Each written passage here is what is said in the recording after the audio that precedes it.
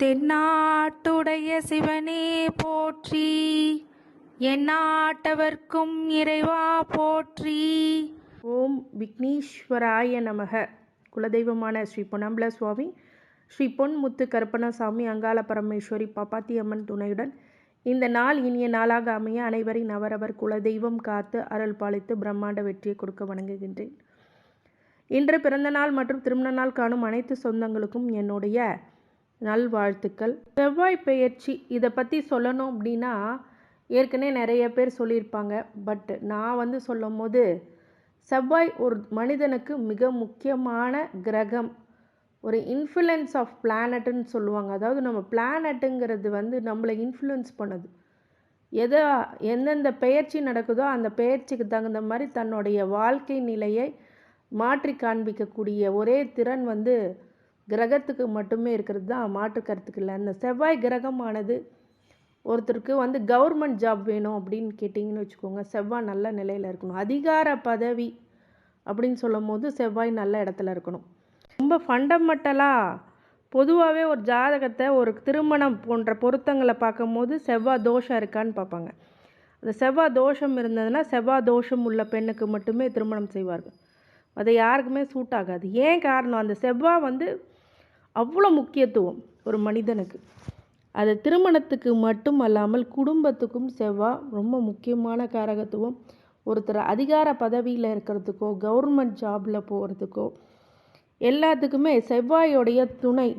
தைரியம் அப்படிங்கிறது ஒன்று இருந்தால் கல்வி கேள்விகள் மட்டும் அல்லாமல் உங்களுடைய பொருள் செல்வத்தையும் காக்கக்கூடிய தைரியத்தை கொடுப்பவரும் செவ்வாய் தான்.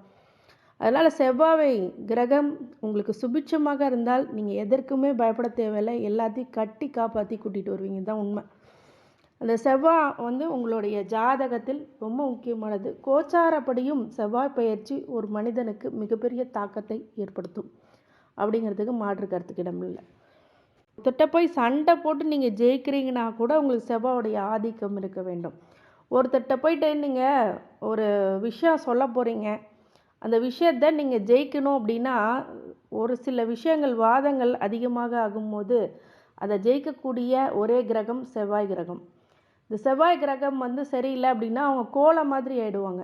எடுத்துக்கு கூறக்கூடிய மனநிலையில் இருக்க மாட்டாங்க. இதுதான் உண்மை. அப்படி எடுத்து சொல்லக்கூடிய நிலையில் இருக்க மாட்டாங்க. ஒரு போலீஸ் உத்தியோகம் இருக்குது, ஒரு காவல்துறை இராணுவத்துறையில் இருக்கிறவங்களுக்கும் இந்த செவ்வாய் அப்படிங்கிறது ரொம்ப முக்கியமானது.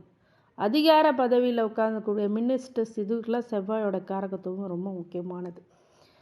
அதே மாதிரி ஒரு மனிதனுக்கு என்ன தேவை, குடும்பம், வீடு, மனை, பதவி, அதிகாரம், இதெல்லாம் என்னன்னா செவ்வாயோடைய காரகத்துவத்தில் இருக்கிறவங்களால தான் இதை அச்சீவ் பண்ண முடியும். அப்படிங்கும் போது அந்த செவ்வாய் எவ்வளோ முக்கியமானது அப்படிங்கிறது பார்க்கணும். நம்ம கல்யாணத்துக்குனாலும் செவ்வாய் தான் பார்க்குறோம். அதே மாதிரி குடும்பம் நடத்துவாங்களா இல்லையாங்கிறது செவ்வாயை தான் பார்ப்பாங்க. அதே மாதிரி உங்களுடைய பதவிக்கும் பட்டம் பதவிக்கும் செவ்வாய் தான் காரகத்துவம். ஒருத்தர் மீடுமான யோகத்தோடு வாழ்கிறாங்க, காரு வண்டி வாகனம் எல்லாத்தையும் வாங்கினாங்கன்னா அதுவும் செவ்வாயோடைய காரகத்துவம் இருக்கும். இப்படி முக்கியமான இடத்துல செவ்வாய் இருக்கிறார். இந்த செவ்வாய் பெயர்ச்சிங்கிறதும் முக்கியமானதே. அதே மாதிரி செவ்வாய் உங்களுக்கு என்னென்ன அள்ளி கொடுக்க போகிறார், எதை கிள்ளி கொடுக்க போகிறார் அப்படிங்கிறது தான் விஷயம். ஒருத்தர் போய் ஒரு மிகப்பெரிய அரசியல்வாதியாக அதிகாரம் பண்ணக்கூடிய இயல்பையும் செவ்வாய் தான் குறிக்குது. நிறைய பேர் இப்போ அரசியல் போன்ற நல்ல விஷயங்களில் இளைஞர்களும் முன்னிருந்து வந்திருக்கிறதுக்கு காரணம் செவ்வாயுடைய காரகத்துவமும் ஒரு காரணம். அப்படிப்பட்ட செவ்வாயானது மார்ச் 15 அன்று மகர ராசியில் உச்சம் பெற்ற செவ்வாய் கும்பராசிக்கு செல்கிறார். ஏப்ரல் 22 வரை கும்பராசியில் சஞ்சாரிக்க போகின்றார். அது வரைக்கும் எப்படிப்பட்ட பலன்கள் ஒவ்வொரு ராசிக்கும் கொடுக்க போகிறார் அப்படிங்கிறது தான் விஷயம். இங்கே சாதக பாதக பலன்கள் என்ன, இந்த செவ்வாய் நாள் எப்படிப்பட்ட தாக்கத்தை ஏற்படுத்தும் அப்படிங்கிறத பற்றி விரிவாக காணலாம். ஏற்கனவே சப்ஸ்கிரைப் பண்ணியிருந்தீங்க அப்படின்னா நிறைய பேர்த்துக்கு ஷேர் பண்ணுங்கள் இந்த வீடியோ. அவங்களுக்கு ஒரு உபயோகமான தகவலை நீங்கள் பயன்பாட்டிற்கு கொடுக்கிறீர்கள். இது ஒரு மிகப்பெரிய நல்ல செயல். அதே மாதிரி ஏன்னா ஒரு பயனுள்ள தகவல் ஒருத்தருக்கு போய் சேரும்போது அதில் நன்மை ஏதாவது அவங்களுக்கு நடந்ததுன்னா அதுவே ஒரு மிகப்பெரிய ஒரு பிராப்தம் புண்ணியம் அப்படிங்கிறது உண்டு. அதே மாதிரி சப்ஸ்கிரைப் பண்ணாமல் இருந்தீங்க அப்படின்னா சப்ஸ்கிரைப் பண்ணிக்கோங்க. உங்கள் பெல் ஐக்கானை ப்ரெஸ் பண்ணி நோட்டிஃபிகேஷன் பேனலை ஆன் பண்ணிக்கோங்க. தொடர்ந்து வருகின்ற அனைத்து வீடியோஸும் உங்களுடைய பார்வைக்கு கண்முன். வெளிநாடு மக்கள் அவங்களுக்கு எல்லாத்துக்குமே இந்த பதிவை முழுமையாக பாருங்கள். அது உங்களுக்கு நிறைய தகவல்கள் உங்களுக்கு காத்து கொண்டிருக்கிறது. மாலை 6:22க்கு செவ்வாய்க்கிழமை 15 மார்ச் வெள்ளிக்கிழமை மாலை 6:22க்கு பயிற்சி ஆகிறார். கும்பராசிக்கு சனியால் ஆளப்படுமான கும்பராசிக்கு நுழைகிறார். 6ஆம் இடத்தில் கன்னி ராசிக்கு கும்பத்தில் செவ்வாய் பயிற்சியின் தாக்கமானது எப்படிப்பட்ட அதிர்வலைகளை ஏற்படுத்தும் அப்படின்னு சொன்னால் 6ஆம் வீட்டில் சஞ்சரிக்கக்கூடிய கலவையான பலன்களை உங்களுக்கு கொடுப்பார். உங்களுடைய போட்டி திறன்கள் அதிகரிக்கக்கூடிய காலகட்டம். நேர்முக தேர்வு மற்றும் போட்டித் தேர்வுகளுக்கு தோன்றுவதற்கான சிறந்த நேரம் அப்படின்னு சொல்லலாம். கணக்கிடப்பட்ட அபாயங்களுடன் புதிய திட்டங்களில் நுழைவதற்கு இந்த நேரத்தை நீங்கள் பயன்படுத்த வேண்டியது அவசியமாக பார்க்கப்படுகிறது. செவ்வாய் கும்பத்தில் சஞ்சரிக்கும் போது உங்கள் எதிரிகள் உங்களை எதிர்கொள்ள துணிய மாட்டார்கள். அவங்களுடைய பலமானது ஒரு பலவீனமாகவே அவங்களுக்கு தெரியும். அந்த அளவுக்கு உங்களுடைய ஃபோர்ஸ் அக்ரிசிவ் அப்படிங்கிறது அதிகமாகும்.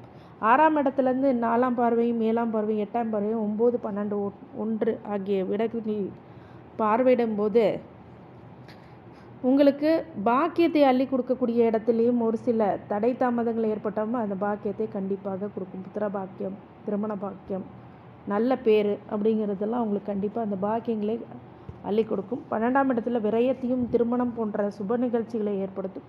உங்களுக்கு கோபதாவங்களை கொஞ்சம் விட்டுறது ரொம்ப நல்லது. மரியாதையோடு பேசுங்க. இல்லைன்னா உங்களுடைய பணியிடத்தில் வீட்டில் கோபம் பிரச்சனையும் அதிகமாக இருக்கலாம். வாக்குவாதத்தில் எந்த சந்தர்ப்பத்திலையும் தவிர்க்கக்கூடிய விஷயமாக கண்டிப்பாக அதை உன்னிப்பாக கவனிங்க. அது கண்டிப்பாக வாக்குவாதத்தை தவிர்த்து வருவது ரொம்ப நல்லது. உங்கள் வருமானத்தில் திடீர் எழுச்சி ஏற்படலாம். ஆனால் அது இயற்கையில் தற்காலிகமாகவே இருக்கும். ஒரு சில பேர் ப்ரொமோஷன் நிறைய அமௌண்ட் அப்படிங்கிறதெல்லாம் வரும். இன்க்ரிமெண்ட் இன்சென்டிவ்ஸ் வரும். அது ஆனால் டெம்பரரியாக தான் இருக்கும். அடுத்து வர காலகட்டத்திலேருந்து அது எப்படிப்பட்ட சூழ்நிலை இருக்கும் அப்படிங்கிறது நீங்கள் பார்க்கலாம். இந்த செவ்வாயானது உங்களுக்கு ஒரு சில பிரச்சனைகள் வம்பு வழக்குகள் கொடுக்கக்கூடியதாக இருந்தாலும் அதை விட்டு ஒதுங்குவது அப்படிங்கிறது ரொம்ப நல்லதை கொடுக்கும். சில பேர் என்ன பண்ணுவாங்கன்னா அந்த உட்கார்ந்து அந்த ஒரு இடத்துல இது பண்ணுவாங்க. இந்த நேரத்தில் தந்தையார் வழி தந்தைக்கு சில பாதிப்புகளை ஏற்படுத்தக்கூடிய விஷயங்கள் அமையும். அப்படிங்கிறதுனால ரொம்ப யோசித்து எல்லாமே முடிவெடுங்க. அதே மாதிரி தந்தை வழி சொத்துக்கள் ஏதாவது வர வேண்டியது இருந்தால் கண்டிப்பாக வரக்கூடிய காலகட்டம் அப்படின்னு சொல்லலாம். இந்த நேரத்தில் புது முயற்சிகளை நீங்கள் எடுக்கிறது அப்படிங்கிறது தவிர்க்கிறது ரொம்ப நல்லது. அதுவே உங்களுக்கு பாதகமான சூழ்நிலை ஏற்படும். வெளிநாடு செல்லணும் அப்படின்னா வெளிநாடுக்கு போகிறதுக்கான காலப்பிராப்தம் அப்படிங்கிறது அமையும். நிறைய விஷயங்கள் இப்போது முன்னேற்ற பாதையில் நீங்கள் எடுத்து செல்வீர்கள். உங்களுக்கான மதிப்பு மரியாதை அப்படிங்கிறது அதிகரிக்கக்கூடிய காலகட்டம். நிறைய விஷயங்களை சொத்து சேர்க்கை, உங்களோட பண வருமானம் அப்படிங்கிறதெல்லாம் அதிகரிக்கக்கூடியதாக இருக்கும். கன்னிராசிக்காரங்க இந்த காலகட்டத்தில் கொஞ்சம் கவனமாகவும் இருக்கணும். எல்லா பெருமையும் புகழும் வந்தாலுமே கூட ஒரு சில விஷயங்களில் பார்த்தீங்க அப்படின்னா உங்களுக்கு பொதுவாகவே எதிர்ப்பு அப்படிங்கிறது மறைமுக எதிர்ப்புகள் அதிகமாக இருக்கும். அதனால் கண்டிப்பாக இதை நீங்கள் நோட்டீஸ் பண்ணணும். உங்களுடைய எல்லா விஷயங்களும் ரொம்ப ரகசியம் காப்பது அப்படிங்கிறது ரொம்ப நல்லது. உத்தியோகத்தில் பணியிடங்களில் டிப்ரெஷன் அதிகமாகக்கூடிய இல்லை ப்ரெஷர் அதிகமாக கொடுக்கக்கூடிய காலகட்டம். சொந்த பந்தங்கள் வழியில் ஒரு அவப்பெயர் உண்டாகக்கூடியதாக சில பேர்த்துக்கு அமையும். கோவப்படுற சூழ்நிலை வந்துடும். அதனால் கொஞ்சம் பொறுமை காப்பது அப்படிங்கிறது ரொம்ப நல்லது. பொறுமை இல்லைனாலும் அந்த இடத்த விட்டு போயிடுங்க. அதுதான் ரொம்ப நல்ல விஷயம். நிறைய பிரச்சனைகள் உருவாக்கக்கூடிய எண்ணங்களோடு சில பேர் உங்கள்கிட்ட சுற்றுவாங்க. அதெல்லாம் நீங்கள் தவிர்த்து வருவது அப்படிங்கிறது நல்லது. யோசித்து பல முறை யோசித்து முடிவெடுங்க. நிறைய பணத்தை யார்கிட்டையும் கொடுக்காதீங்க. இந்த காலகட்டம் அது இழந்தக்கூடிய விஷயமாக அமையும். உங்களுடைய செல்வாக்கு உயரும். ஆனால் சொல்வாக்கு அப்படிங்கிறது கொஞ்சம் பிரச்சனைகளை கொடுத்தாலும் அதை மீண்டு வருவது ரொம்ப நல்லது. பொதுவாகவே கன்னிராசிக்காரங்க திறமையானவர்கள் தான். ஆனாலும் இந்த விஷயத்தில் நோய் எதிரி கடன் பாதிக்கும் போது இந்த காலகட்டத்தில் பாதிக்கக்கூடியது இருந்தாலும் அதை மீண்டு சமாளித்து வரக்கூடியவங்களாக இவங்க இருப்பாங்க. ரொம்ப பொறுமையாக காலம் கொடுத்துட்டாங்கன்னா இவங்களை ஜெயிக்க யாராலையுமே முடியாது. அது மாதிரி திறமையானவர்கள்.